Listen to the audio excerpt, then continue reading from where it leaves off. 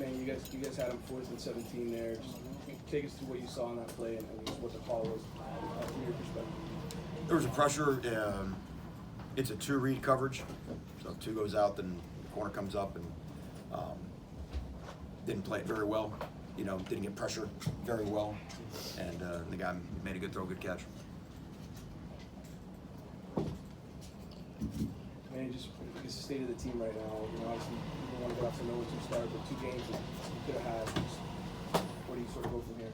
Oh, we got to learn how to win a football game, and the way that you learn how to win a football game is to figure out what loses in a football game. And there's still just too many things that we're doing that are getting us beat, and and if we can continue to fix those things, continue to grow on those things, we got to go home. We got to get well. And that's what we have. We have an opportunity right now to go home and get well and learn how to win a football game. And we've talked about it all the time, is that when we get it all sorted out, we have a chance to be a good football team. But right now, obviously, we don't have it figured out yet. Manny, you took the punches early, but the offense seemed to respond and make a lot of forward progress tonight. Oh, there's no doubt. Yeah.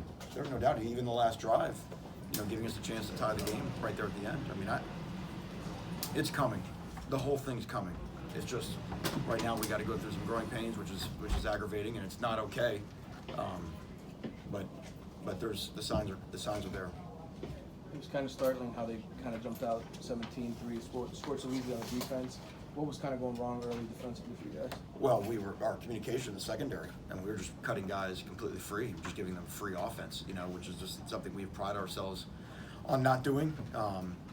Once we settled down, there was a large segment of the game, really in the middle part of the game, where we were dominant, and then we lost our edge in the 4th quarter and allowed them to score there at the end. Jaren, his performance, I think he finished with 28 or over 30 completions. It just seemed like he was really in a good rhythm. Yeah, I mean, Jaren did a good job. I thought you could see the growth of our offensive line from week 1 to week 2. I thought he had a lot of clean pockets to throw the ball in, and guys were making some plays down the field, we scored enough points to win the football game tonight. There's no doubt about that.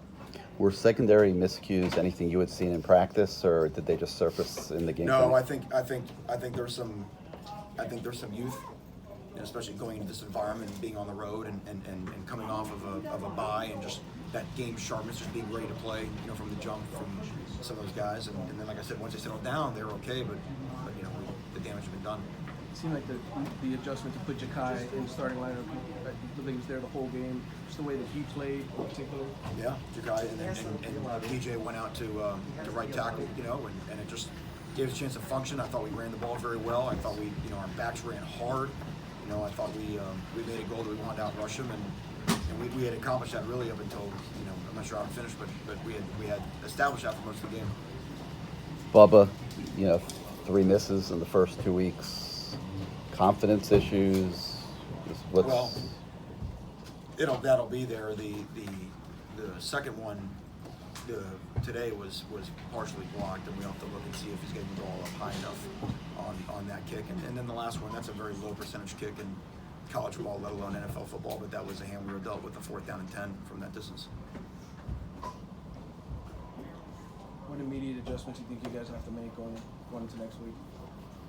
Well, we just have to continue to improve our guys, and I think what will break the defense's heart is just to see, full credit to what North Carolina did, but just to see the easy offense, either in the run game or in the throw game that they gave those guys on that side of the ball, and it's just a lot of things that just don't look like Miami Hurricane football, and that'll be a big point of emphasis this week in practice for sure. The secondary mistakes were obvious, but are there other issues as well, or is it mostly just secondary? Well, everything affects everything else. So if you're having issues, in the back end, and that has to change away a little bit, that you're operating on the front end with your fits for the run game. I thought our fits for the run game became loose as the game went on, and I don't think we stopped the run in the 4th quarter the way that we had in the 2nd and 3rd quarters for sure. Really in the first 3 quarters, I think they had like 36 yards rushing going into the 4th quarter. I don't know what they ran for in the 4th, but it was way more than that. So there's not a guy. Look. I mean, and it's very similar to a week ago. They're competing, they're playing with toughness, they're doing a lot of things that we asked them to do, but there's not a guy in that locker room right now, coaches included, that that can't do more and can't play better than and or coach better than we're doing right now. Last question for Coach. Could you talk about the loss to Carter in the first quarter? Yeah, that was obviously that's a guy in the secondary, not just your starting lineup. It hurts your sub teams. He's our starting dime. He's a great special teams player for us, and it's a shame because he's trying to move, to not hit the quarterback, and I guess his arm hit the quarterback. So, feel gutted for Amari because he's a competitor and would want it to have been in there the entire game, but it just that's the nature of our game now. Great. Thank you, everybody. Thank you.